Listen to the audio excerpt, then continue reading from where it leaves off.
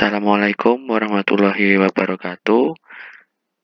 Selamat datang kembali di praktikum survei pemetaan geomorfologi pada acara yang ke-6. Pada acara kali ini, kita akan mempelajari terkait dengan identifikasi material untuk kepentingan survei pemetaan geomorfologi. Nah, acara kali ini akan dibagi menjadi 4 sesi, yaitu yang pertama pendahuluan, yang kedua identifikasi material batuan beku dan batuan sedimen, yang ketiga identifikasi material batuan metamorf, dan yang keempat penjelasan terkait dengan hasil praktikum dan teknis pelaporannya. Baik, langsung saja kita mulai. Tujuan acara kita kali ini yaitu teman-teman diharapkan nanti mampu untuk mengidentifikasi material yang ditemukan di lapangan untuk kepentingan survei pemetaan geomorfologi.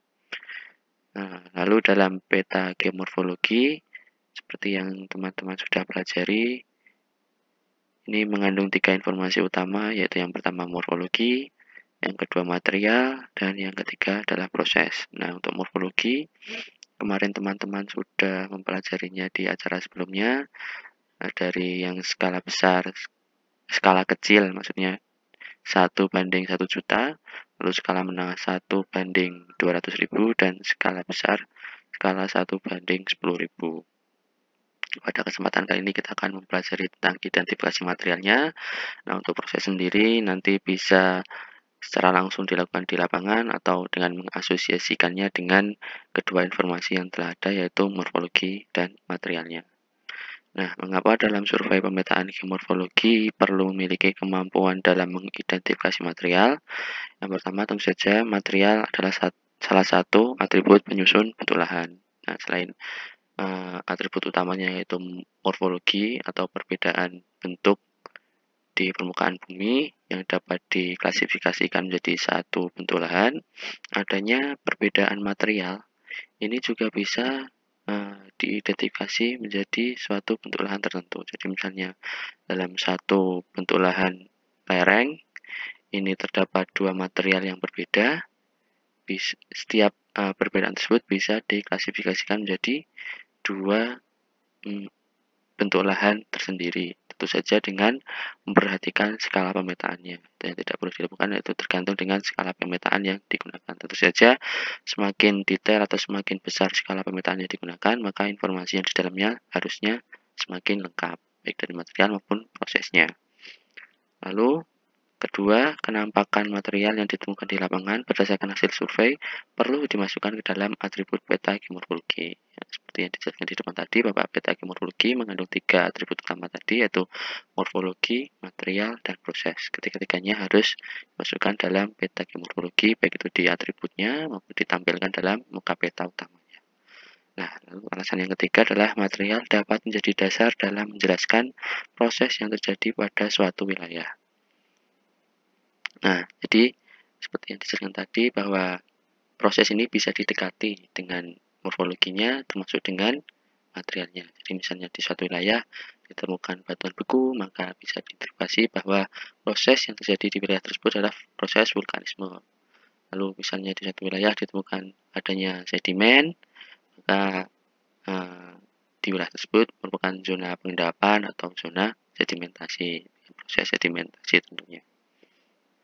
Lalu material itu sendiri dibedakan menjadi 2 jenis, yaitu batuan dan tanah. Nah, dalam identifikasinya bisa langsung dilakukan di lapangan, yaitu dengan menemukan adanya singkapan. Salah satu tekniknya yaitu bisa singkapan tanah atau singkapan batuan. Usahakan singkapan yang terbentuk ini kondisinya masih baik, maksudnya tidak banyak terpengaruh oleh faktor eksternal, misalnya cuaca. Bila memang perlu meyakinkan, bisa dengan mengikis material tersebut, baik itu tanah maupun batuannya bisa dipecahkan dengan palu geologi. Nah, untuk singkapan sendiri ini biasanya ditemukan di bagian-bagian lereng atau bagian lembah sungai atau bagian yang terkena aliran air. Di situ banyak dijumpai singkapan. Nah, perlu diingat informasi yang perlu diperoleh di lapangan. Ini diantaranya yaitu foto kenampakan material yang menggunakan skala. Nah, misalnya tadi teman-teman menemukan singkapan tanah atau adanya batuan. Nah, untuk memfotonya ini perlu ada skala, baik itu skala yang ada ukurannya misalnya penggaris atau meteran atau pita ukur seperti itu lebih baik. Tapi kalau tidak ada, teman-teman bisa menggunakan benda-benda yang sekiranya ukurannya itu tidak berubah. Misalnya papan jalan atau palu geologi yang itu nanti bisa diketahui ukurannya secara tetap. Jangan menggunakan alat-alat pendukung yang ukurannya bisa berubah-ubah. Lalu informasi yang kedua yaitu mengambil sampel batuan dengan label informasi. Jadi material yang ditemukan lalu disimpan dalam kotak atau dalam plastik sampel, di dalamnya dimasukkan informasi terkait dengan material tersebut, itu lokasi maupun nama batuan atau nama sampel tanahnya seperti itu. Nah, lokasi juga ini penting, di mana lokasi itu ditemukan nanti kepentingannya untuk menampilkannya dalam peta geomorfologi yang akan dibuat. Lalu informasi-informasi tersebut dapat dirangkum atau dimasukkan dalam checklist dan mendeskripsikannya termasuk dengan informasi terkait lokasi sekitarnya, baik itu kondisi lerengnya, berapa derajat, atau penggunaan lahannya apa, seperti itu.